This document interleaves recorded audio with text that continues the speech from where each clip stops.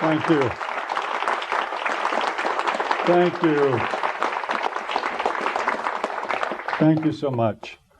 I have my speech prepared here, but I wanted to ask the audience's permission if I could start with just a couple of minutes of a rant. Thank you very much. I have some concerns. One of the things I want to say that I'm really grateful for the diversity, not only of this audience, but of the speakers of this conference. I think we're an example to the world of what diversity is supposed to be, what it actually is, different ways of thinking, different ways of approaching life. But I was left with a concern, and it's for the women in this audience.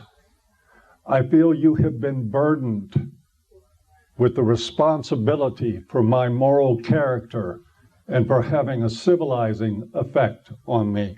I want you to know that you are all absolved of that responsibility as of now. Such a relief.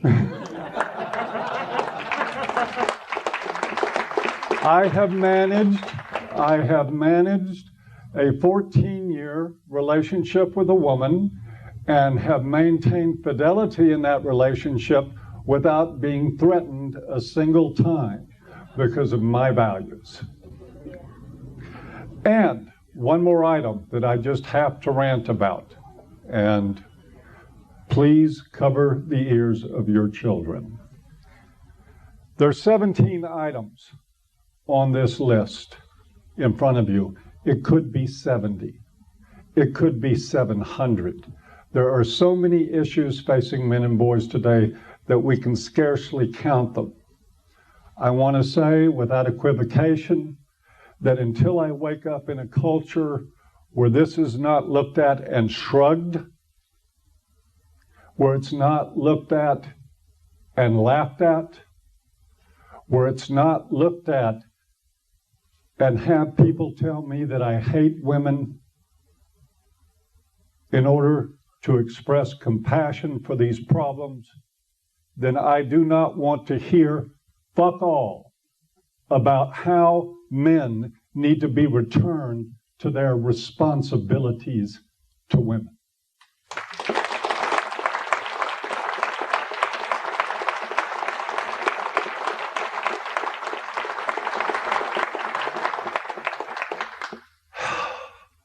That feels so much better. Now I can start my talk. Hi, everyone. Let me take a moment first to offer some thanks to some people who genuinely deserve it.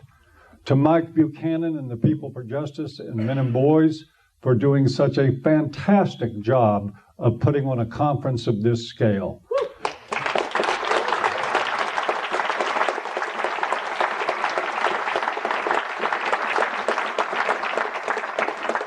To all the wonderful speakers here.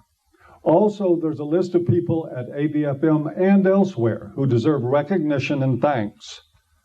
Aaron Pitsey, David King, Peter Wright, Dean Esme, Janet Bloomfield, Robert Brockway, August Lowenschulz and the ABFM editorial team, Janice Fiamingo, Steve Brule, Brian Scandrett and the ABFM Facebook team, Hannah Wallen, Karen Strawn, Allison Tiemann, Al Martin, Jack Barnes, Dan Perrins, Pierce Harlan, Warren Farrell, Robert Franklin, Sage Gerard, Lucian Balsan, Suzanne McCarley, Aldir Grasindo, Daniel Martinez, Angry Harry, whom we miss dearly.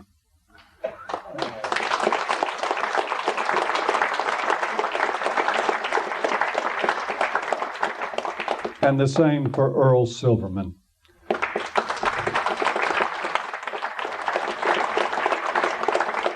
My apologies to the people that I have neglected to mention. There are scores of you. Also, a thank you to my partner, Stacy, who has remained my best friend through one heck of a ride.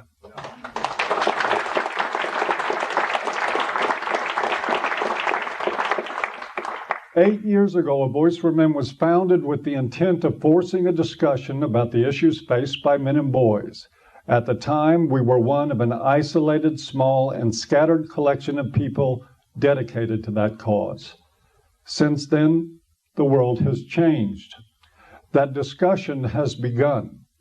A significant challenge to feminism is expanding through the cultural narrative, and much more importantly, within that challenge lies the potential to actually make some badly needed changes for men and boys. The problems and possible solutions have been spoken to here, and the challenge to feminism has been amplified by some very exceptional speakers. I really don't think there's much that I can add to what they've already said. As the last speaker here, I do want to add something else to this growing discussion, knowing that the important work of anti-feminism will continue. In doing this talk, I repeated myself. In doing this talk, I'm going to make some declarations, which is to say I'm going to express my opinions, particularly about why, despite the growing intensity of men's activism, so little has actually changed. To be honest with you, I don't think we really will see real progress until we have a more complete understanding of a couple of things. One, men have a lot more problems than just feminism. And two, feminism, as destructive and morally bankrupt as it is just another symptom of a larger problem that's been around for a long, long time. That problem is called gynocentrism, and it is not only the reason something as insane as feminism has managed to flourish, it is the taproot of a range of problems that have nothing at all to do with gender politics. Gynocentrism is at once one of the biggest problems faced by men and the reason we have such a hard time talking about it. Gynocentrism is why feminism, which arguably started as a sexual revolution, quickly became a social carcinogen and a hate movement. It is why women have advanced so far on equal rights and why they have gone in the exact opposite direction where it concerns the accompanying responsibilities. It is, It is why our family law system was an unjust mess before women could even vote, and it is why it has only worsened in the age of feminism. Gynocentrism is why our boys are under attack in our schools and why we don't defend them. And it is why we did this long before VAWA, before the feminist agenda to turn dysfunctional, pain-ridden families into a lucrative industry. Gynocentrism made feminism a corrupt establishment cash cow and drove the entire industrialized world to remain silent while it happened. In case you didn't notice, when you scan the modern sexual landscape, you will find what Alison Tiemann has called the empathy apartheid, a cruel and unjust disparity of compassion between men and women. We may be committing a fatal error to write that unholy divide off to feminism alone, and a society that fails to have an honest discussion about that will be perpetually a society that fails to address any of the concerns that brought us here together for this conference. I dare say that a men's rights narrative that contains itself to the evils of feminism while gratifying may well also serve to keep us from getting to the heart of why we're here. So, gentlemen, ladies, we need to talk. Not just to the world, but to each other. And we have to do so knowing that even in this room, the conversation is challenging and difficult. It is not easy for men to look directly at women and insist, however lovingly, that they step down from the pedestal, to tell them that we embrace their equality but not their privilege, and to tell them that they are valued, but no more valued than their brothers, fathers, and husbands. It's not easy for women to look directly at men and insist that they dismount from their white horses, to tell them that treating women with anything less than absolute agency and autonomy is not only insulting, it is the prevailing form of misogyny. That is tough talk, but without it, we're bound to follow the path of a Mobius strip, settling for the illusion of progress for both sexes while we go in circles. To avoid that, one thing we have to come to terms with is gynocentrism. So what exactly is gynocentrism? We see it most prominently expressed in biology, chivalry, and romantic love. Let's take a brief look at each one. The biology is pretty simple. It makes perfect sense that human beings evolved with a premium on the lives of women. After all, it only takes one man to impregnate almost a limitless amount of women with comparatively little investment of time and energy. So in that light, a degree of gynocentrism would not only be healthy, but vital to human survival. Women have a significant investment in human reproduction. Common sense tells you that you could wipe out most of the men in any particular society of human beings, and they could repopulate in a relatively short order. Wipe out most of the women, though, and you have a completely different set of problems that could imperil the species. It stands to reason, then, that in 6 million years of hominid evolution, that part of our survival is owed to prioritizing women over men in a variety of ways. The drive in men to protect and provide for women, which most of us regard as instinctive, would appear to be an artifact of that evolution. Another component of the biology is a drive in men for reproduction. It's almost indescribably powerful. It also evokes the best and worst that men can be. However, despite the feminist revision of human history, our shared past does not reflect a culture of men who simply dominated women physically in order to reproduce. All the evidence points to the idea that in order to reproduce, men have to be selected by female sexual partners. In this process, men compete with each other, sometimes betraying their self-interest, their friendships, and every moral principle they hold. In modern times, we certainly have it dressed up to look and feel more civilized, but it does not change the heart of things any more than ordering a steak in a nice restaurant changes the killing that goes on behind the scenes. That is the biological 1-2 punch, the synergistic combination of men's protective instinct and reproductive strategy. When you look objectively, it becomes nearly impossible to miss the connection between biology and the potential for exaggerated gynocentrism. And it becomes apparent how men can have all the outward appearances of power, even as they are used and exploited by their drive to protect and provide for women. Does anyone really believe that feminism is the cause of this? Or does feminism, with the help of corrupt women and male quislings, simply take advantage of what's already there? Well, E. Belford Bax gave us some pretty darn astute observations about this over 100 years ago in his book, The Fraud of Feminism. I'm quoting here from chapter 5, The Chivalry Fake, from that prescient book. But these considerations afford only one more illustration of the utter irrationality of the whole movement of sentimental feminism identified with the notion of chivalry. For the rest, we may find illustrations of this galore. A very flagrant case is that infamous rule of the sea, which came so much into prominence at the time of the Titanic disaster. And keep in mind, this was written a year after the Titanic sank.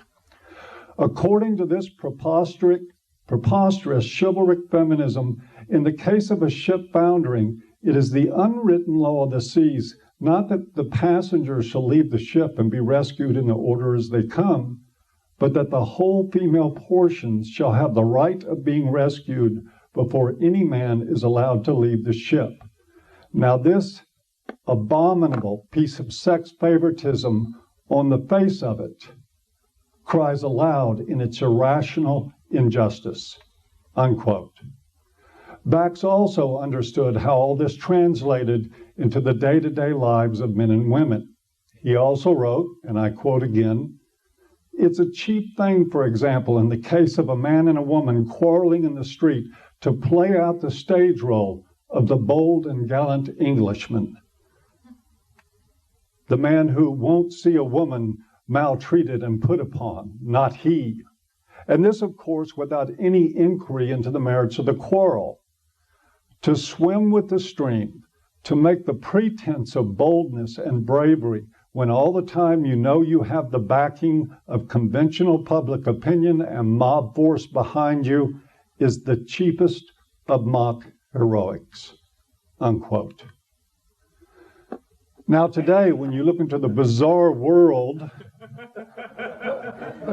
of male feminists, as well as the much larger group we call traditional white knights, what do you see but legions of men mindlessly at the rescue, reveling in their own expendability, glorifying what Bax called irrational justice on the behalf of any woman, even ones they don't know, no matter how miserable a specimen of humanity some women may be.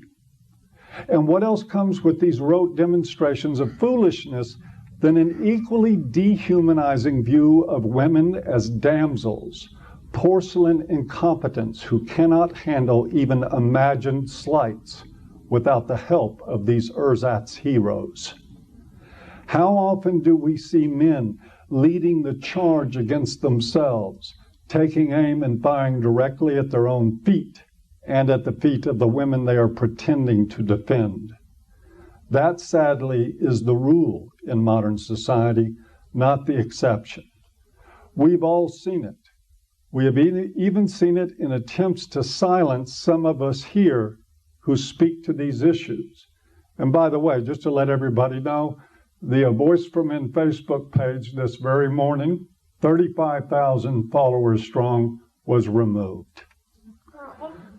We have seen it as women's rights have been replaced by women's privilege, women's advocacy by women's infantilization, women's voices by the powerless wailing of little girls and the sanctimonious preaching of their male sycophants. You have to admit that these are strange happenings in a culture supposedly driven by a patriarchy that favors and advantages men at the expense of women. The allowance of all this, the enabling of it, is modern chivalry, and it does not matter whether it's a product of feminist ideology or a miscalled sense of traditional values. Its gynocentric origins are precisely the same. To understand how this happened, we must trace this brand of chivalry and deification of women back to its roots, not to Betty Friedan, Gloria Steinemann, and other second-wave icons, not even to Elizabeth Cady Stanton, Lucretia Mott, and others of the first wave.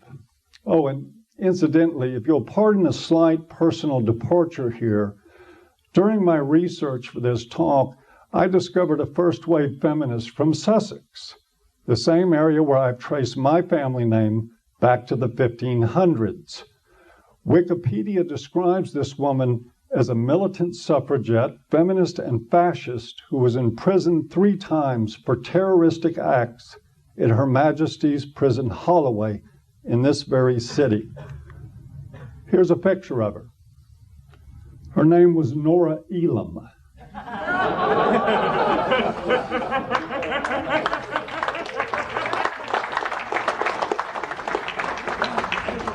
Now, I haven't managed the courage yet to investigate a real family connection with certainty, but just in case, I wanted to say here on UK soil that whatever this harridan did, I'm happy to be a part of the movement to undo it.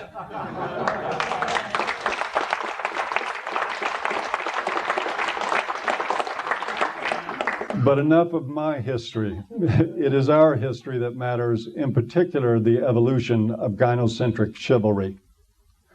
Originally, chivalry was a different concept than we know it today.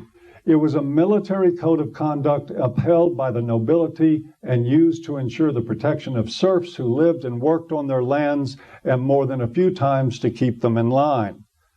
It also served well to keep men already inclined to take risks and act protectively, to act in the service of the church, the king, and the aristocracy. That military chivalry was the cornerstone of feudalism. It ensured that arms would be drawn and blood spilled by vassals on command. Those who did not abide by that code or who performed poorly in their efforts were saddled with the same type of shame and disgracing we use on men today who fail as the protectors of and providers for women. Military chivalry was a tradition rooted in the bloody realities of medieval life, but it was not a romantic notion, far from it.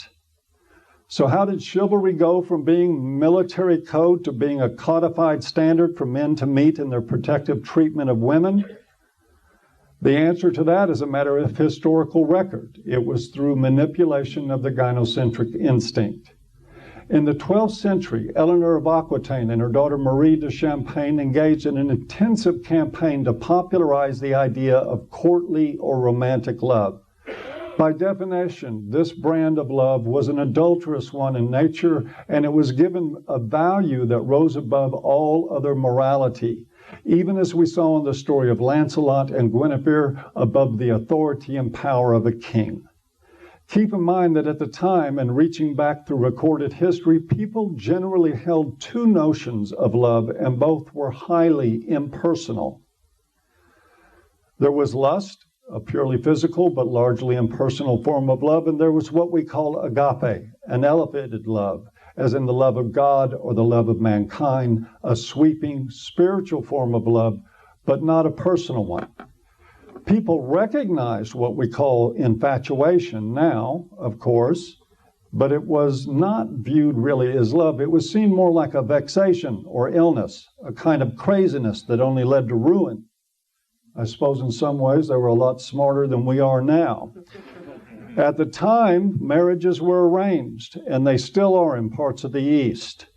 Marriage was the way that families furthered their interests, both politically and financially. Husbands and wives often grew quite fond of each other over time, but they did not enter matrimony out of a desperate emotional need to be with each other. And by the way, this is not an endorsement of arranged marriage. Just going over a little history. Eleanor, a woman of serious means and influence, sort of like a supersized Betty Friedan of the high Middle Ages, saw an opportunity in this to promote a connection between men and women inspired by passion and infatuation and driven by a model of service, particularly of service to women. She and her daughter commissioned troubadours who borrowed from the ethics of military chivalry to write books and songs that carried this message to all the European courts. Even though the message was meant primarily for the aristocracy, it eventually filtered down into the general population and quickly grew in popularity till the arranged marriage in the West became a thing of the past, until the view of women as emotional toddlers in need of male guardianship and enabling became a thing of the future. This was not the first time that a social paradigm shifted drastically because of the actions of nobility. The Emperor Constantine of Rome sparked the exponential growth of a small religious sect with a series of edicts. Today we know that sect as Christianity. The Indian king Ashoka single-handedly had the same effect on Buddhism. No, that's not Sargon up there. In both these cases, the actions of single, powerful people changed the way people thought and what they believed in the most radical and permanent of ways. And so did Eleanor and Marie, arguably further and even more powerful change. Matrimony, notice it is not patrimony, is a word that originally meant it was time for a woman to set aside childish desires and be ready for the responsibilities of motherhood. That was the standard and the expectation prior to the gynocentric model furthered by Eleanor and Marie. Their advocacy was a rebellion against the arrangement tradition. It was an amazingly effective campaign that now shapes the lives of all of us. The advent of romantic, chivalrous love took the naturally occurring tendency in men to take care of women and made the first great leap toward a gynocentric society that would tolerate and indeed encourage all manner of insanity in the name of putting women first. We now have filled prisons, ruined lives, and populated graveyards with children in that pursuit. All because we live in a culture that refuses to recognize that evil isn't gendered.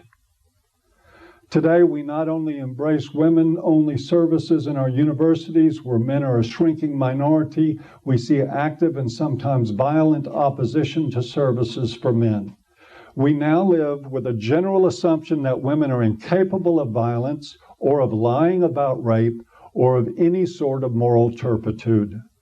We also have a host of other prima facie examples of outrageous gynocentrism in the name of demonizing men and reducing women to distressed, needful damsels. We have women-only train cars, women-only parking spaces, women-only social services, women-only legislation, and women-only governmental assistance to the economically disadvantaged. We used to have similarly exclusive ideas in the United States, but we called them something else. The only way we changed that was confronting the bigotry directly.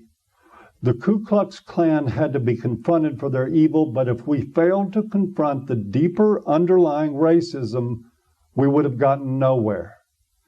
This is one problem I see in parts of our current model of anti-feminism.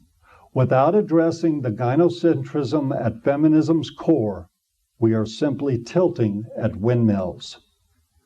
100 years after Belfort Bax predicted the outcome of rampant gynocentrism, men are still sentenced to 66% more time in prison than women for the same crime and are twice as likely to be incarcerated, again for the same crime.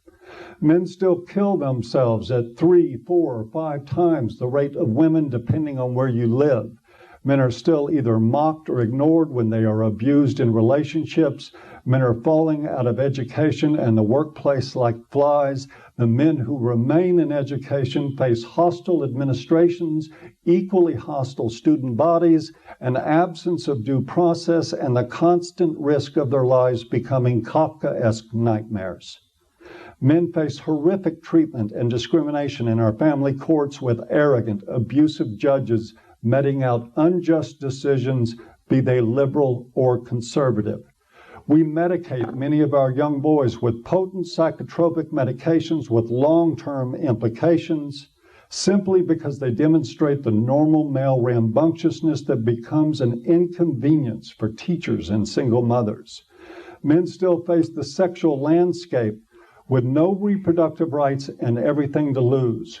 We still, especially in the U.S., routinely sexually mutilate our infant boys, killing some of them off while we would not dream of visiting such savagery on our girls.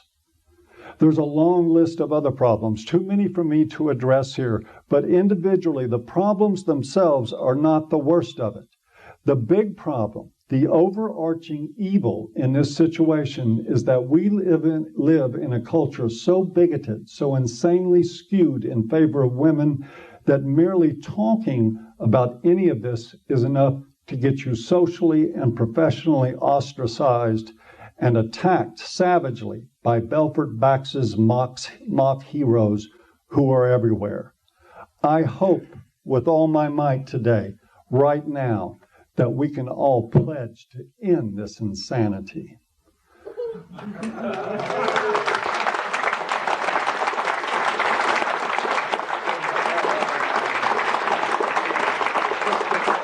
We can all easily laugh at the antics of Big Red and Trigglypuff and even the hate-filled ravings of people like Julie Bindel.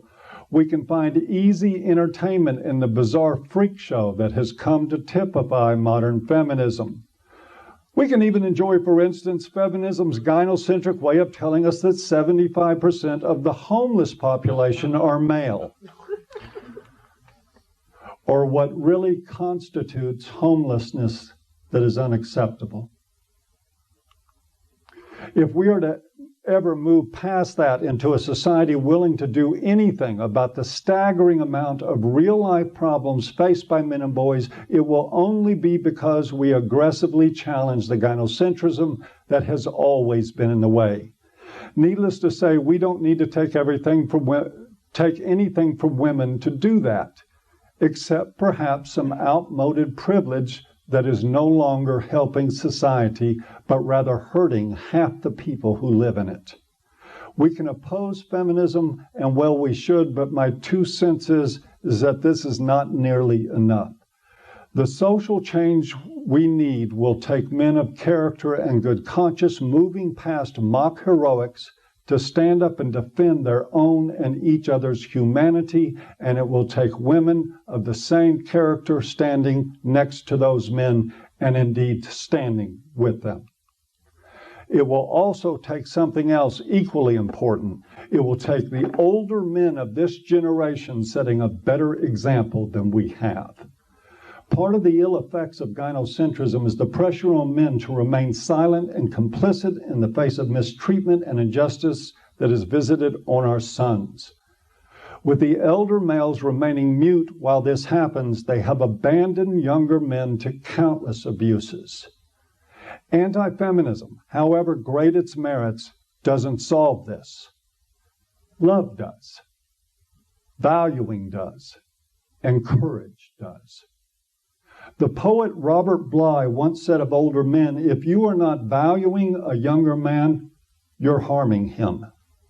Truer words have never been spoken. One of the first casualties of gynocentrism run amok was mentoring. This happened as older men who could have done something, allowed the demonization and destruction of male space.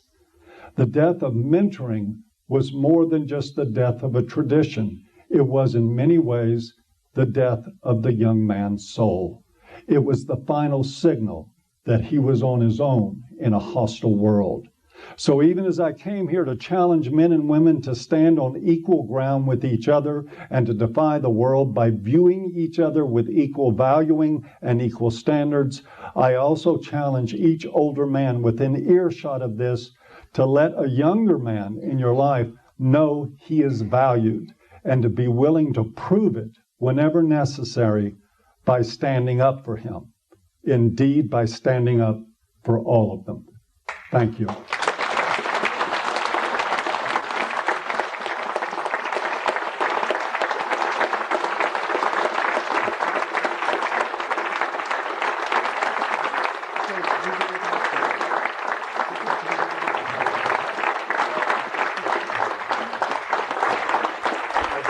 Thank you. Very good. Very good. Thank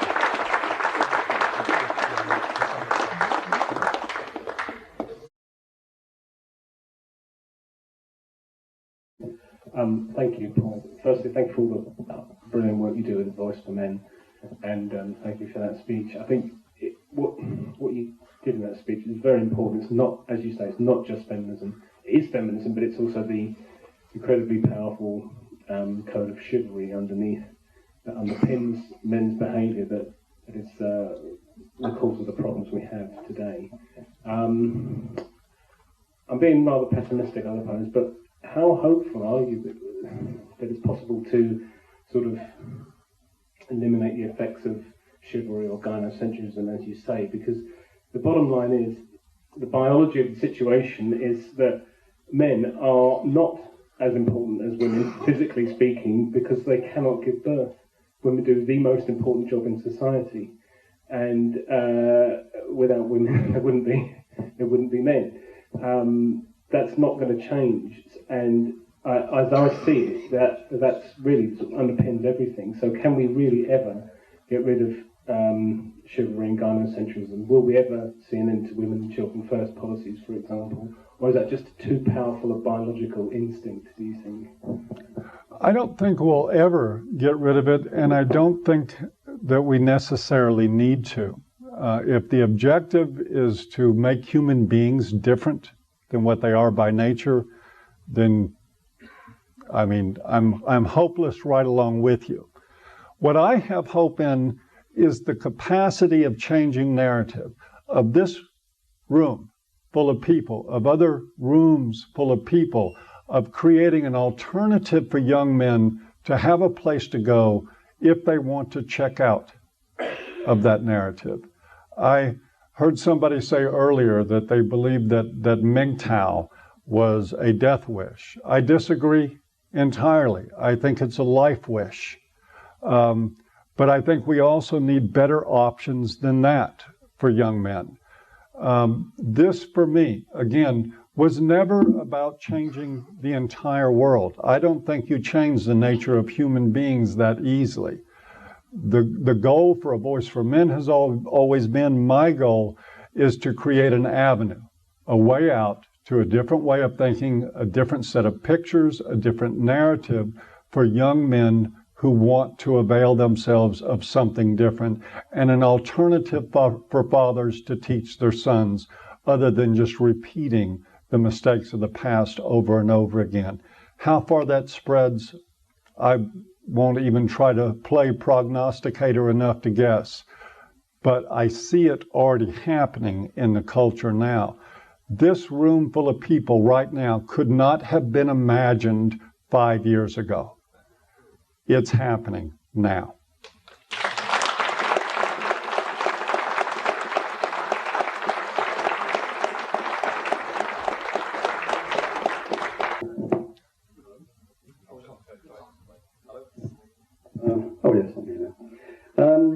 Yes, earlier on I heard you say something along the lines of changing men and changing women.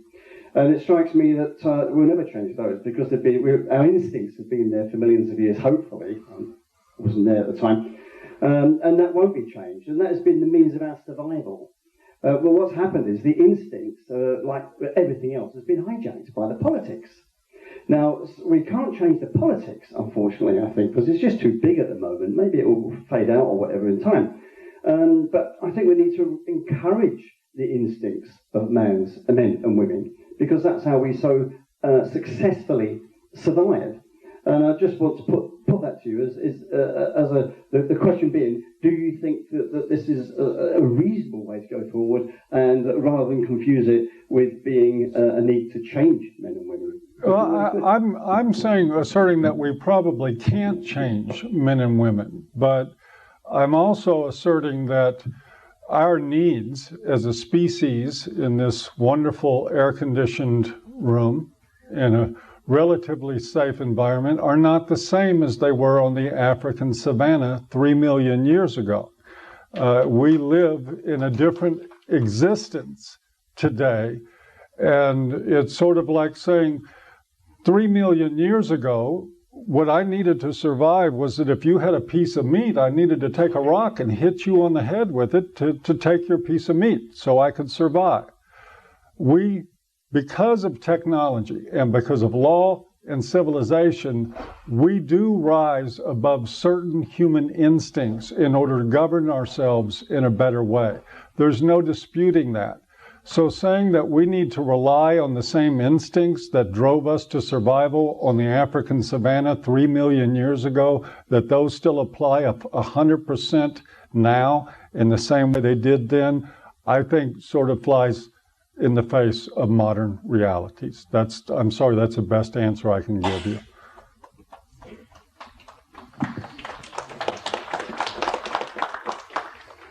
Hi.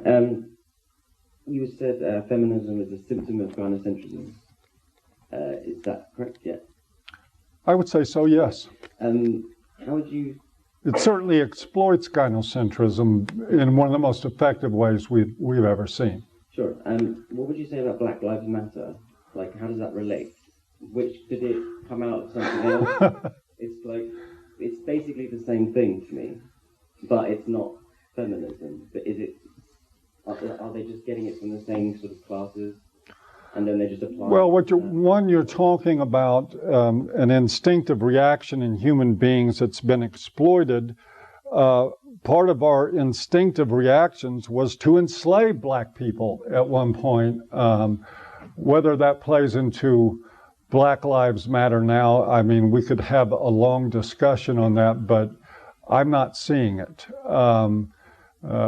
One's a political movement purely and simply, and they are certainly, there's a million forms of identity politics in which people get victim status by identifying by members of particular groups, well, except for us. But comparing the experience of African Americans in this case to women in general, weigh apples and oranges. I don't think I can draw a connection to that.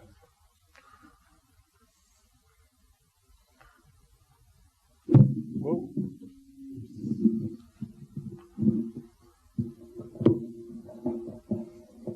Hello? I have turned it on. I heard what you said, that you think there's change happening now.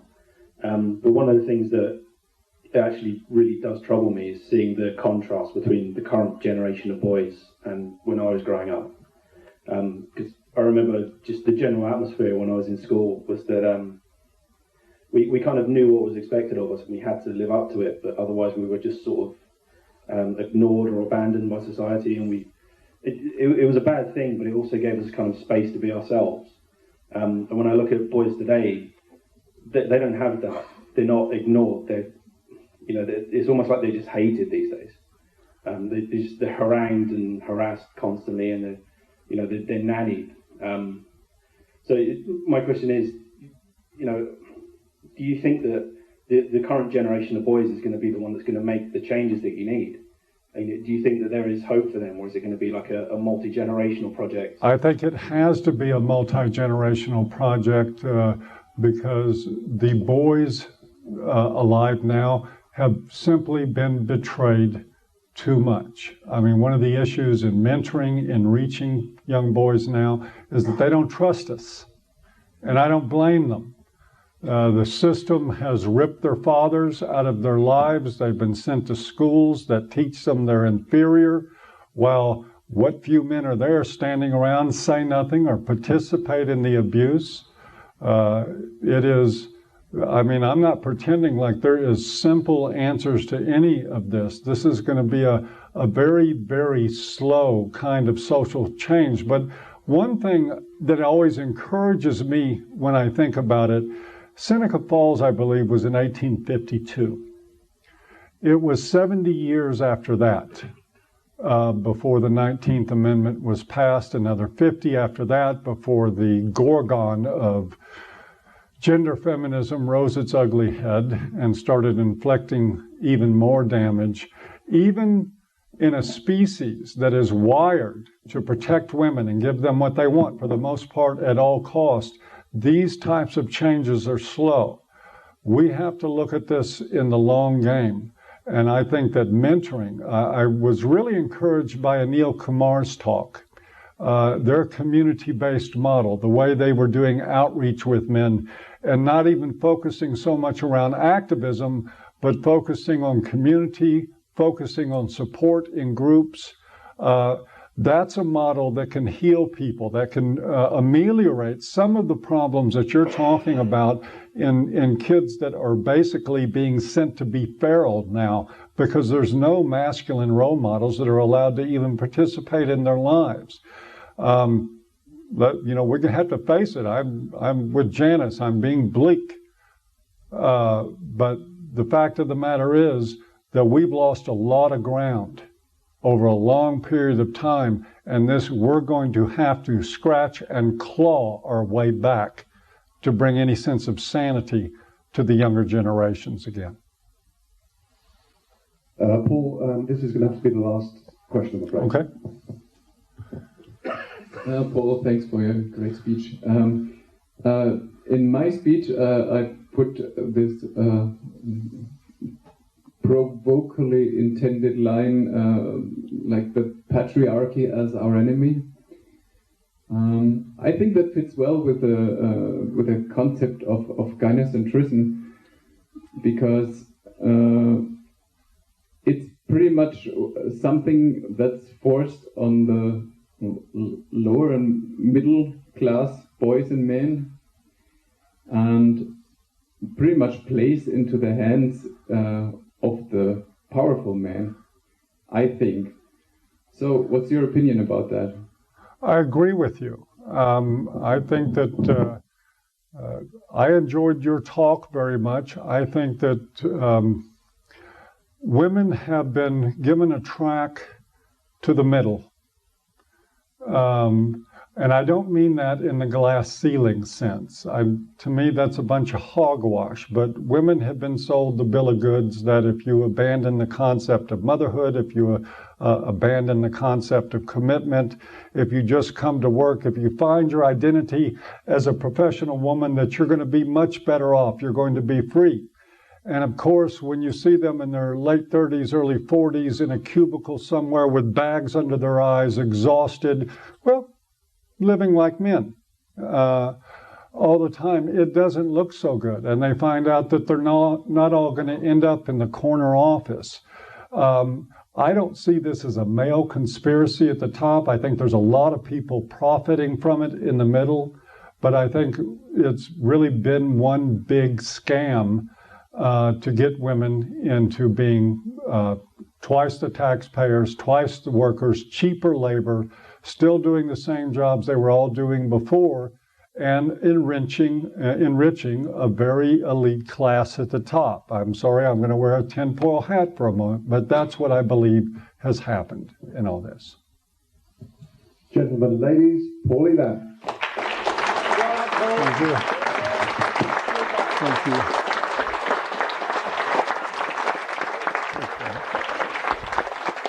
Thank you. Thank you. Thank you.